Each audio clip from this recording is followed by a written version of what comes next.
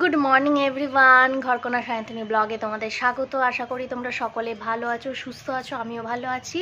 ঘড়িতে এখন বাজে 9:20। তোমাদের দাদাভাই একটু আগে কাজে বেরোলো, আর আমি ওদিকে রান্না প্রায় শেষের দিকে হয়ে এসছে। আমি আজকে খুব বেশি কিছু করছি না, কারণ কদিন ধরেই ঝোল ঝাল এসবই রান্না হচ্ছে, তো ভাবলাম আজকে ডাল আর কিছু ভাজা করি। তো কী করছি সেগুলো পরে তোমাদের সাথে শেয়ার করছি। আর মামাম খাচ্ছে এখন ভাত। আমার সকালের আজকে ভাত, ঘি, বেগুন ভাজা, ডিম সিদ্ধ, আর ওখানে খেলছে আর খাচ্ছে। আমি ওদিকে রান্নাটা চাপিয়ে এসেছি। মামাম তুমি খাও, আর আমি ওদিকে একবার রান্নাটা নেড়ে আসি। হ্যাঁ, তো ওদিকে মামাম খেলুক, আর আমার বিছনাগুলো গোছানো হয়ে গেছে। এবার নিয়ে একটু কিছু খাই, আমি খেয়ে দিয়ে তারপরে বাকি কাজকর্মগুলো করব। মাছ ভাজবো, মাছটা ভাজা হলেই হয়ে যায়।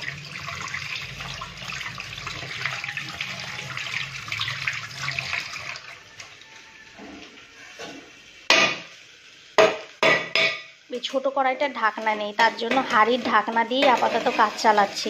হাঁড়ির ঢাকনাটা দেখলাম সেট হয়ে যাচ্ছে, ওই জন্যই ঢাকনা দিয়ে করছি। আর ফুলকপি ভাজা কে কে পছন্দ করো? আমার খুব ভালো লাগে খেতে। তো এখন ফুলকপিটা এমনই হয়েছে যে ঝোল ফোল করলে আর ভাল লাগে না খুব একটা। তো ভাবলাম ফুলকপি ভাজা মামামও খেতে খুব পছন্দ করে, তো জন্য ফুলকপি ভাজা করছি।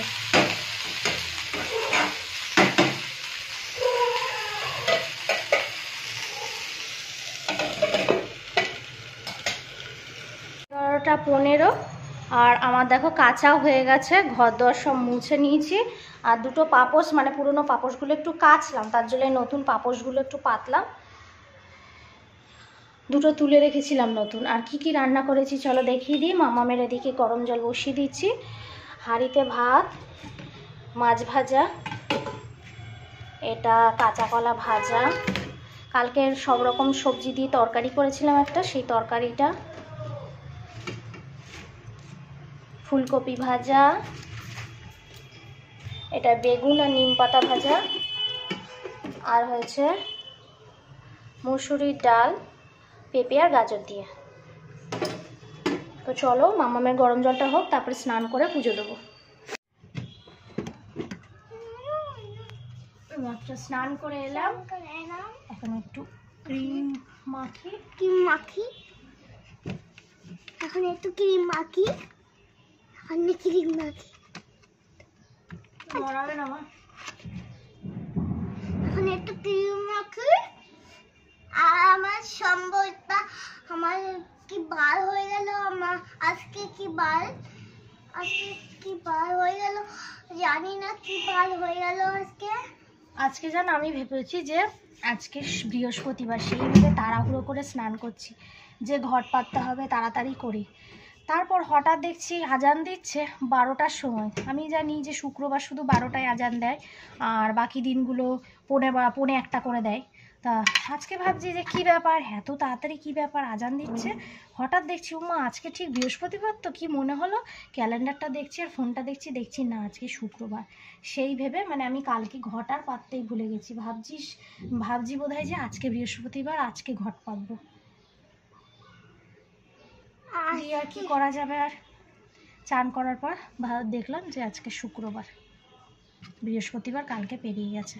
তাহলে ভাবো কি অবস্থা, আমার দিনগুলো কিভাবে কাটছে। আমাদের কি রাগ হয়েছিল,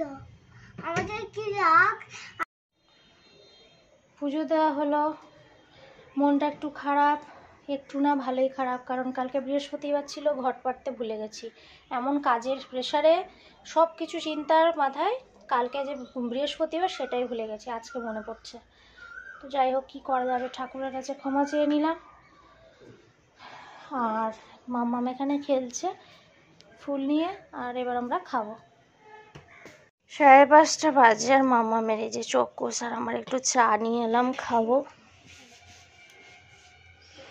তারপর পড়া হবে। বাজে 8:24, মামামকে খাওয়াতে বসালাম। আর সন্ধ্যের পর থেকে আমারও শরীরটা খারাপ, জ্বর লাগছে, সর্দি। তো চলো মামামকে খাইনি, পরে আবার কথা হচ্ছে। মামামকে খাওয়ানো দাওয়ানো করে বিছানাপত্র দেখো গুছিয়ে নিয়েছি। আর রান্নাঘরে কিছু কাজ বাকি আছে, জল বোতলগুলোতে জল ভরবো, আর বাসন কটা আছে সেগুলো মাজবো। আর তার আগে দেখিয়ে দিই, দিনের এই যে ডাল রয়েছে, মাছ ভাজা রয়েছে, কাঁচা কলা ভাজা, ফুলকপি ভাজা, এই দিয়ে খাওয়া হবে ভাত। আর আমার জন্য একটা ডিমের অমলেট করে নেবো, তাহলেই হবে। নাকটা সর্দি সর্দি, মানে আমারও মনে হচ্ছে গা হাত পা ব্যথা, মনে হচ্ছে জ্বর আসবে। রাতে প্যারাসিটামল খেয়ে শুতে হবে। তো চলো, এই তো খাওয়া হবে। কালকের মতো আবার নতুন ভিডিও একটা নিয়ে আসবো।